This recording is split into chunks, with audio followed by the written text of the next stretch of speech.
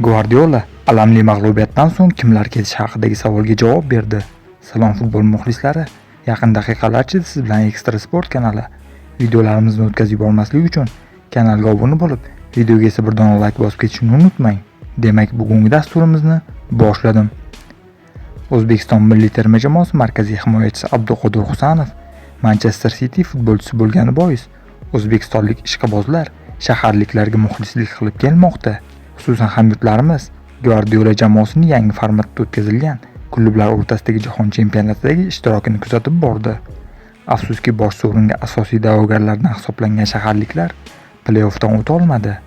Saudiya Arabistonining Al-Hilol jamoasi to'qnashuvning asosiy vaqtida uchuvchi hisobda durang o'ynab, g'olib aniqlash uchun qo'shib berilgan taymda g'alabani ilib ketdi. Mag'lubiyatdan keyin jurnalistlar Pep Guardiolani turli savollarga tutmoqda. Muxlislar esa ishonchni oqlay olmagan futbolchilarni ijtimoiy tarmoqlarda muhokama qila boshladi. Kanalimiz yurtimizda City muxlislari ko'pligini inobatga olib, klub atrofidagi ma'lumotlarni ulashishga qaror qildi.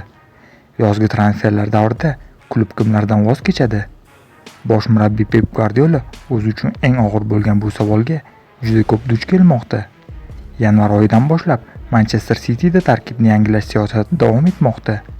Yosh katta o'yinchilar o'rnini yangi ijrochilar egallamoqda. Guardiola chiqish transferlari haqidagi savollarga quyidagicha javob berdi. Bu haqda umuman tasavvurga ega emasman. Aynan qaysi o'yinchilarni sotib yuborishimiz kerak? Bu masalani klubdagilar hamkorligida birga ko'rib chiqishimiz, futbolchilarning o'zi bilan ham suhbatlashamiz. Bizda juda yaxshi futbolchilar jamlangan.